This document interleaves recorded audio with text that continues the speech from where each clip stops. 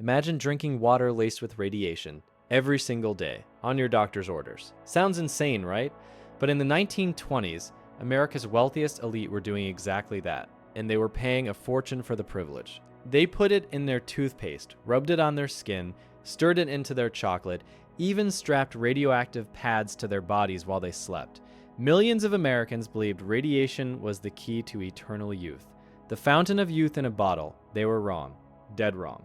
This is the story of how America fell in love with radioactivity and paid the ultimate price. The year is 1898, Paris, France. Marie and Pierre Curie have just made a discovery that will change the world. They call it radium. This glowing, mysterious element is unlike anything humanity has ever seen. It emanates energy constantly. It glows in the dark with an eerie blue-green light. It produces heat without any apparent fuel source. Scientists are absolutely fascinated. The public is mesmerized. Newspapers call it the miracle element. And American entrepreneurs, they see dollar signs, lots and lots of dollar signs. Within a decade, radium becomes the hottest trend in American medicine, the most prestigious substance on Earth. But here's the twisted part. Nobody actually understands what radium does to the human body. Nobody knows about radiation sickness. Nobody understands cellular damage or cancer or bone decay. They just know radium is new, it's exotic, it's expensive, and it comes from the same brilliant scientists who won a Nobel Prize. That's all the marketing you need in early 1900s America. Suddenly, radium is everywhere, and I mean literally everywhere. Radium toothpaste promises you a brighter smile and healthier gums. Companies claim the radiation will kill bacteria and make your teeth glow with health. Radium face cream guarantees youthful, wrinkle-free skin. Just rub radioactive material on your face every night. What could possibly go wrong? Radium suppositories? Yeah, you heard that right. Claim to restore your manly vigor and cure impotence. Men are literally inserting radioactive material into their bodies. There's radium chocolate marketed to children. Radium butter for your morning toast. Radium bread sold as the healthiest breakfast option. There's radium wool underwear that promises to energize your entire body. Radium-lined jockstraps for men who want to boost their, quote, natural vitality and masculine power. One company sells radioactive hair tonic. Another sells radioactive hearing aids. There's even a radioactive baby powder for infants. The advertising is absolutely wild. One company literally claims their radium products will make you perpetually young and filled with endless energy. Another promises that radium will cure everything from mental illness to diabetes to cancer. Cure cancer with radiation. The irony is almost too painful, and Americans are eating it up, literally consuming it, rubbing it on their bodies, breathing it in, bathing in it. The radium craze has begun. But the real money isn't in creams and chocolates and underwear. The real money is in radium water. Enter the king of radioactive snake oil, William J. Bailey. This guy is a Harvard dropout, a failed con artist with a fake medical degree. He's been busted for fraud multiple times. He's basically a professional scammer, and somehow he becomes one of the richest men in America by selling radioactive water. His masterpiece? A product called Radithor. Radithor is deceptively simple. 2 ounces of triple distilled water containing radium-226 and radium-228, 2 of the most dangerous radioactive isotopes known to science, bottled up and sold as medicine. Bailey markets it as a cure for absolutely everything: arthritis, impotence, mental fatigue, depression. Aging itself, his pitch is brilliant in its simplicity. The bottles are labeled certified radioactive water. See that word? Not just radioactive, certified radioactive. Like that certification makes it safe. Like some government agency has approved it, they haven't. But the word sounds official. Each bottle contains real radium. Actual, measurable radiation. About 1 microcurie per bottle. Enough to cause serious damage with repeated exposure. And Bailey's customers, they're not drinking 1 bottle. They're drinking multiple bottles every single day for years. The price tag is steep. $5 a bottle in 1920s money. That's about $80 today, adjusted for inflation, per bottle. And people are buying cases of this stuff. Wealthy people, influential people, people who think the high price means high quality. But Bailey isn't alone in this market. Competition explodes overnight. There's the radium ore revigator. This is a ceramic crock lined with radioactive carnotite ore. You fill it with regular tap water before bed. Let it sit overnight. And by morning, you've got yourself a nice refreshing glass of radiation to start your day. Over 400,000 of these are sold across America. Families keep them in their kitchens, Offices have them in their break rooms. Hotels offer them as luxury amenities. There's the Cosmos bag, a radioactive pad you wear around your neck, or strap to your chest, or wrap around your painful joints while you sleep. 8 solid hours of radiation exposure every single night. There's the Radioactive, a gold-plated device containing radium that you strap to your body near your endocrine glands. The marketing suggests wearing it near your reproductive organs for maximum, quote, masculine vigor. There's even radioactive bath salts, because apparently soaking your entire body in a tub of radioactive water is the ultimate luxury spa experience. Rich people are installing radium tanks in their homes. Health spas are advertising radioactive mineral baths as their premium treatment. And here's the craziest part of this entire madness. Doctors are prescribing this stuff. Actual medical doctors, respected physicians with real degrees from prestigious universities. They're writing prescriptions for radioactive water like it's aspirin. Why? How could educated medical professionals fall for this? 2 reasons. First, see, low-level radiation stimulates your body. It increases your metabolic rate, triggers your adrenal system, gives you energy, makes you feel alive and vibrant. It's not healing you. It's literally burning through your cellular structure and triggering stress responses. Your body is fighting for its life. But you don't know that. All you know is you feel amazing, energized, powerful. Second, the medical establishment simply didn't understand radiation. Nobody did. The science wasn't there yet. The long-term studies hadn't been done. Radiation seemed like pure energy, and energy sounded healthy. Now let me tell you about Eben Byers, because his story is where this whole radioactive American dream becomes an absolute nightmare. Eben Byers is American royalty, old money, the best of the best. His father is the chairman of a major steel company. Eben grows up with every privilege imaginable: private schools, Ivy League education, country clubs, and debutante balls. He graduates from Yale in 1898, becomes the U.S. amateur golf champion in 1906. He's wealthy, athletic, handsome, connected to everyone who matters in American high society. This guy has absolutely everything: money, status, health, good looks, a perfect life by any measure. In November 1927, Byers is traveling by train from a Yale football game. He falls from his sleeping berth and injures his arm badly. The injury won't heal properly. Months pass and he's still in pain. His doctor, a physician he trusts completely, recommends Radithor. Just try it, the doctor says. Everyone's talking about it. It's supposed to cure everything. Byers tries one bottle, then another. He starts feeling better almost immediately. The energy, the vitality, the sense of power, he's hooked. And Eben Byers becomes absolutely obsessed with Radithor. He doesn't just take the recommended dose. This guy is drinking 2 to 3 bottles of Radithor every single day, sometimes more, for years without stopping. He becomes William Bailey's best customer and biggest promoter.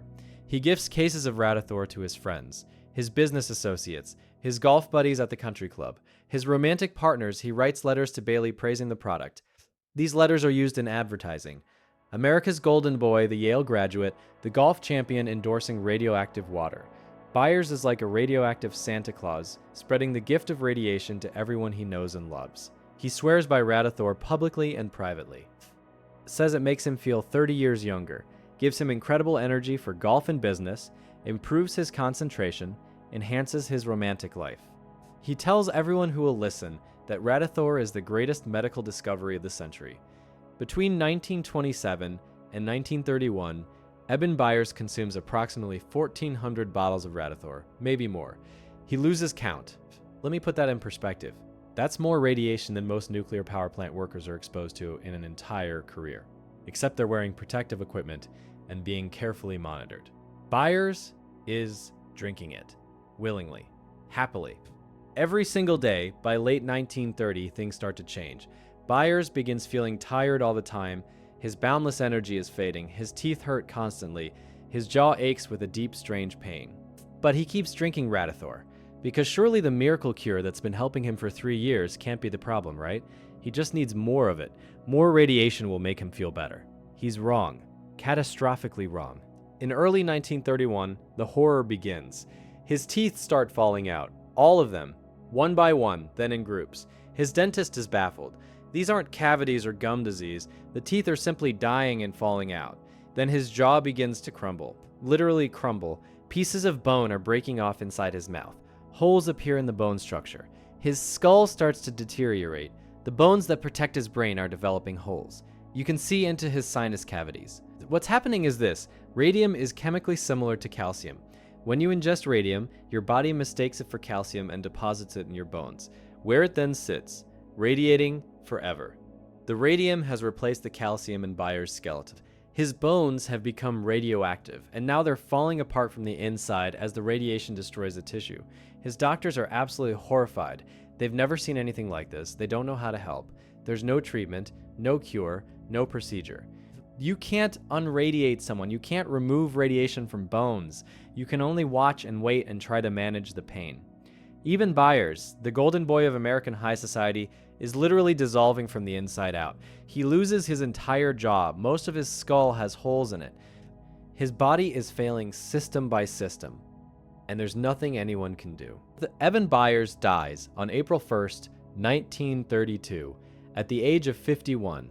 He weighs less than 90 pounds. His skeleton has essentially crumbled. The Wall Street Journal runs his obituary with a headline that becomes infamous in medical history: "The radium water worked fine until his jaw came off." When they bury him, the undertakers face a unique problem. His body is so intensely radioactive that it's dangerous to be near. They have to line his coffin with lead sheeting. His burial site has to be specially marked. And here's the truly disturbing part. Even today, over 90 years later, if you were to exhume his remains, they would still be measurably radioactive. His bones will be radioactive for thousands of years. The half-life of radium-226 is 1,600 years.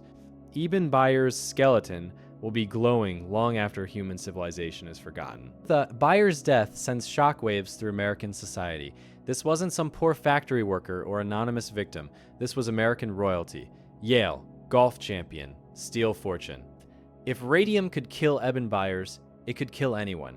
The Federal Trade Commission launches a full investigation into Bailey's company and the entire radium industry. What they find is absolutely horrifying. Thousands upon thousands of Americans have been slowly poisoning themselves with radium products for over 2 decades. The damage is catastrophic and completely irreversible. There are women across America whose jaws have completely rotted away. Men whose leg bones shatter from simply walking across a room. People whose bodies are literally dissolving while they're still alive. The scope of the tragedy is staggering, and it's about to get even worse, because now the stories of the Radium Girls come flooding into public consciousness. The Radium Girls were young women, mostly teenagers and women in their 20s, who worked in watch factories during and after World War I. Their job was painting watch dials with radium-laced paint so the watches would glow in the dark. They were told repeatedly that the paint was completely harmless. Their supervisors assured them there was nothing to worry about. They were instructed to lick their paintbrushes between strokes. Lick the brush to make a fine point for detailed work. Put the radioactive brush in their mouths dozens of times per day, every working day. For years, some of them painted radium on their fingernails because it looked pretty. Some painted their teeth so they would glow when they smiled. They were young, they thought it was fun. By the mid-1920s, these women started dying.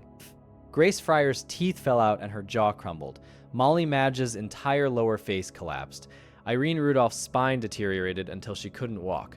These young women, mostly in their 20s and 30s, suffered horrific deaths. Their bones crumbled, their bodies failed. Some were so radioactive after death that their coffins had to be lead-lined. The companies knew the paint was dangerous. Internal documents would later reveal that executives understood the risks. They chose profits over lives. They let these women die. When the Radium Girls tried to sue, the companies hired experts to claim the women had syphilis instead. They tried to destroy these dying women's reputations rather than admit responsibility. The public is outraged. The combination of Byers' high-profile death and the Radium Girls' tragic stories creates massive political pressure. The FDA steps in with unprecedented force. The 1938 Federal Food, Drug, and Cosmetic Act is passed, giving the government real authority to regulate medical claims and products. Radithor is banned immediately. Bailey's company is shut down and investigated. The entire radium health industry collapses virtually overnight. But the damage is already done. Thousands of Americans have ingested radioactive materials over the past 20 years. Many will develop cancer, many will die premature deaths. And there's no going back, no treatment, no cure, nothing but suffering and regret. So how did this happen? How did an entire nation, millions of educated people, fall for radioactive snake oil? The answer is uncomfortable, because we wanted to believe. We desperately wanted a miracle cure, something that could make us young forever, powerful forever, healthy forever. The early 1900s were a time of incredible, almost magical scientific progress. X-rays let doctors see inside living bodies. Electricity lit up cities. Radio waves transmitted voices across oceans. Things that seemed like pure fantasy suddenly became everyday reality. Science felt like magic, and magic felt possible. So when scientists announced they discovered an element that glows eternally and produces endless energy, people thought, why not? Maybe this actually is the fountain of youth we've been seeking for centuries. Nobody understood radiation. The science was too new. Nobody knew about half-lives or cellular damage or genetic mutations or cancer. They just saw something that looked like magic and assumed it must be beneficial. The companies selling this poison, many of them knew exactly what they were doing. William Bailey understood the risks. He was a fraud and a con artist from day one, but he died wealthy, and that's apparently all that mattered to him. The doctors prescribing radioactive water. Some were true believers, genuinely convinced they were helping patients. Others were getting kickbacks and commissions. Either way, they failed their patients catastrophically. And the government? They were completely asleep at the wheel. There were essentially no regulations on medical products in America. Anyone could sell anything and call it medicine. No testing required. No proof needed. It took people literally dissolving from the inside out before anyone in power took meaningful action. The Radium craze is one of the darkest chapters in American medical history, a time when we let our desperation for miracle cures override our basic common sense. But here's the uncomfortable truth. It's not ancient history. The pattern repeats itself over and over again, in different forms. A new discovery captures public imagination. Wild health claims emerge. Unregulated products flood the market. Celebrity endorsements create trust. And desperate people believe it all.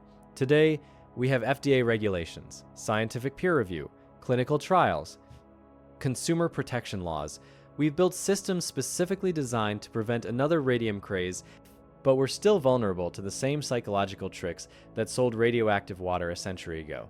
The desire for quick fixes, the appeal of miracle cures, the trust in celebrity endorsements, the belief that expensive means effective. So here's what I want you to remember from this story. If something sounds too good to be true, it absolutely is. If someone promises you eternal youth, or instant health, or miracle transformations, run the other direction. Real medicine is often boring.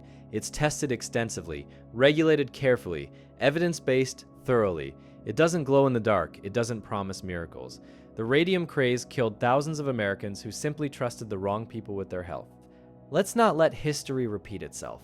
If this story shocked you, smash that like button right now. Subscribe to this channel for more deep dives into America's most bizarre and disturbing history. Drop a comment below and tell me, what modern health trend do you think might be today's version of radioactive water? I read every single comment. I'll see you in the next one.